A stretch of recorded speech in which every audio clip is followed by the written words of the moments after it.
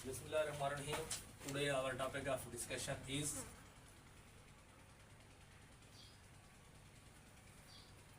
Domain archaea के बारे में पढ़ेंगे।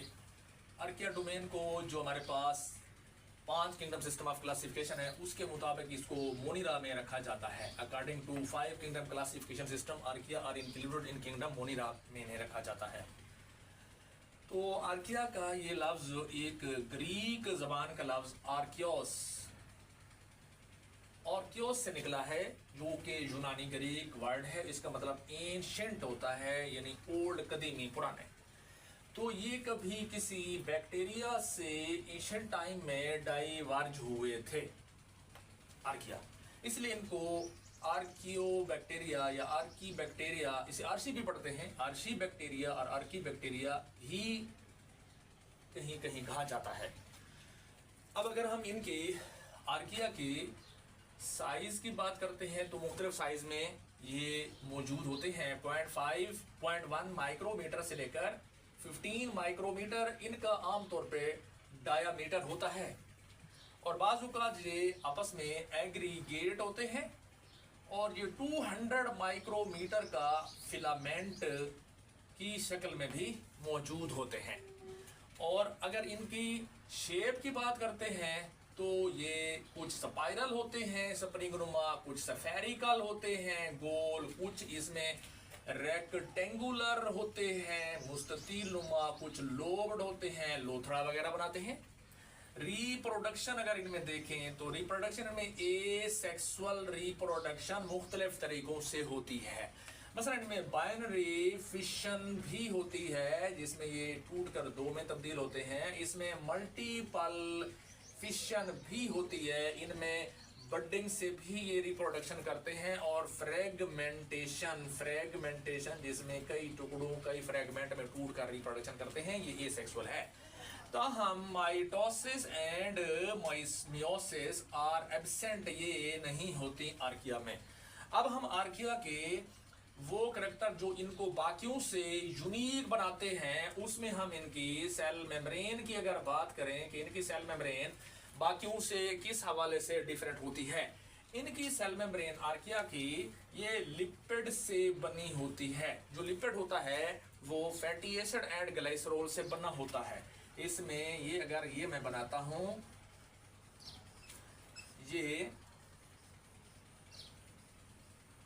ये फैटी एसिड है और ये जो है कॉमनली ब्रांच्ड होता है।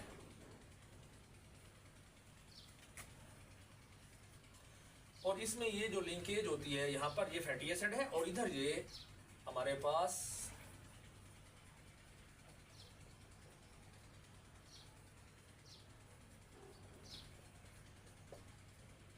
ये जो मैंने बनाया है ये फैटी एसिड है और ये ग्लाइसरोल है।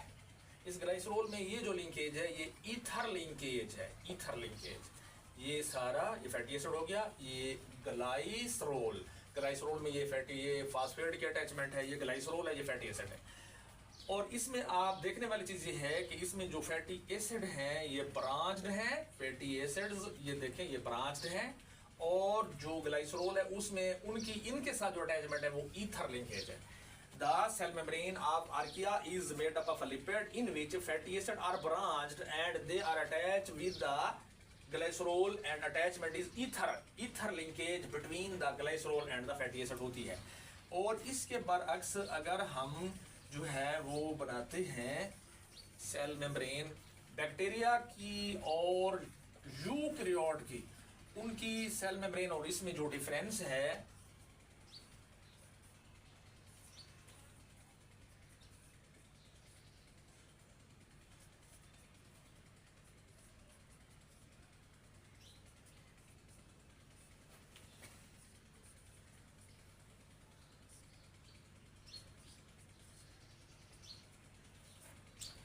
अब यहाँ ये लिंकेज, इस लिंकेज का आपको डिफरेंस नजर आ रहा है और यहाँ पर भी नजर आ रहा है। ये है एस्टर लिंकेज और इसके फैटी एसिड ये ब्रांच्ड है और इसके फैटी एसिड अनब्रांच्ड होते हैं। तो एक बार फिर सुन लीजिए कि इसकी आर्किया की सेल मेम्ब्रेन बैक्टीरिया यूकरिया से डिफरेंट क्यों है। आर्किया की सेल मेम्ब्रेन के जो फैटी एसिड लिपिड से बनी है, उसकी जो फैटी एसिड है वो ब्रांच्ड है और ग्लिसरॉल के साथ उनकी जो अटैचमेंट है वो ईथर लिंकेज से है। और जो बैक्टीरिया और यूकैरिया है, इनकी जो सेल मेम्ब्रेन है वो भी लिपिड से बनी हुई है, उसके जो फैटी एसिड होते हैं वो अनब्रांच है और उनकी जो ग्लिसरॉल के साथ अटैचमेंट है वो एस्टर लिंकेज के जरिए होती है। तो ये सेल मेम्ब्रेन के डिफरेंस है।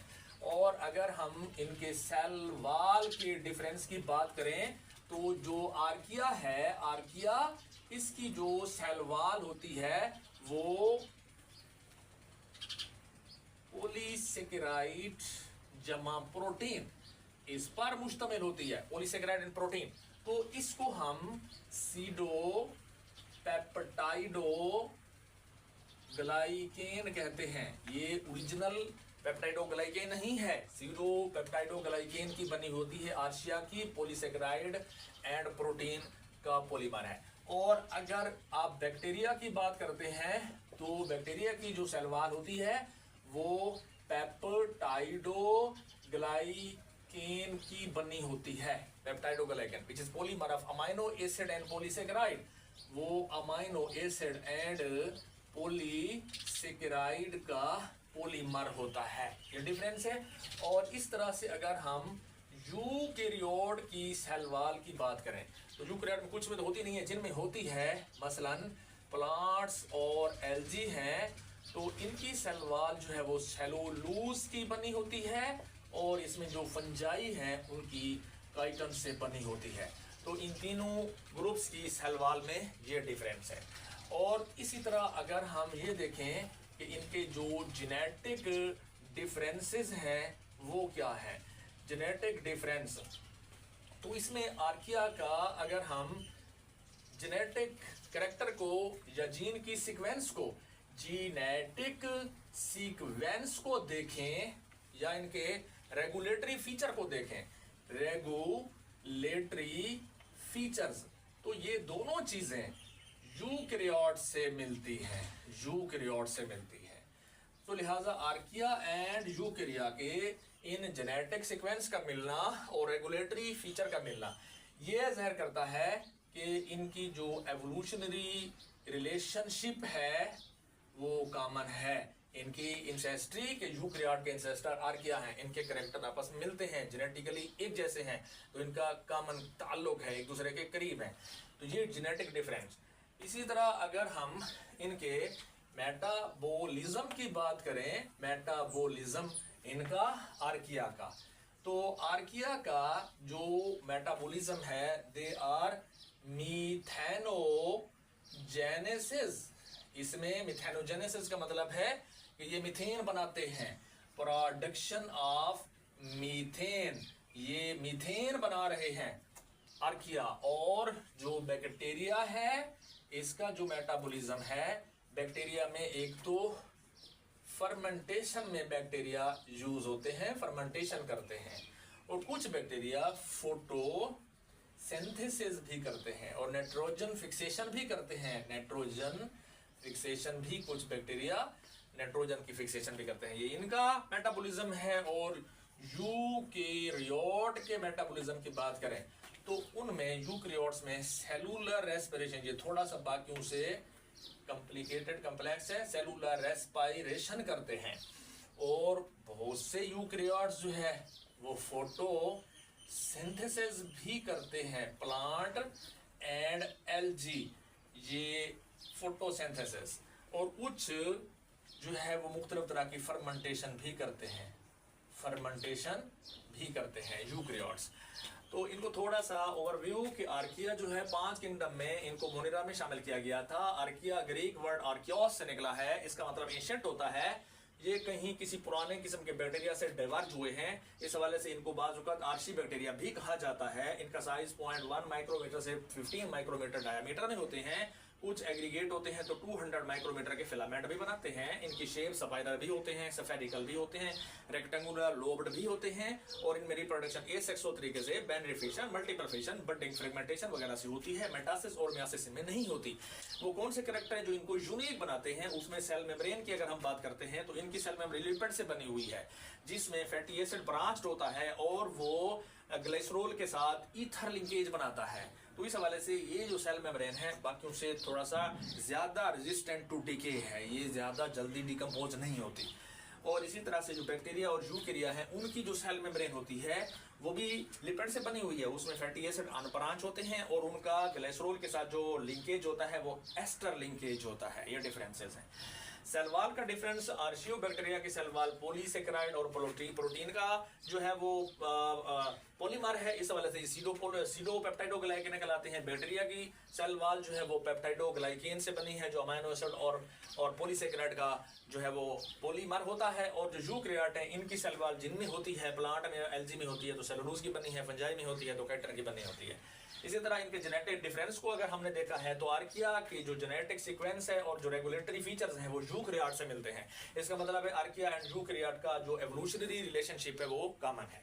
तो मेटाबॉलिज्म की बात करें तो आर्किया है तो इनका मेटाबॉलिज्म ये मिथेनोजेनेसिस, मीथेन की प्रोडक्शन करते हैं। और इसमें जो बैक्टीरिया हैं इसमें कुछ बैक्टीरिया फर्मेंटेशन करते हैं, कुछ फोटोसिंथेसिस करते हैं, कुछ नाइट्रोजन की फिक्सेशन करते हैं। और जो यूकेरियोट होते हैं उनमें सेलुलर रेस्पिरेशन होती है और कुछ में फोटोसिंथेसिस जैसे प्लांट और एल्गी और कुछ में फर्मेंटेशन भी होती है। Thank you very much.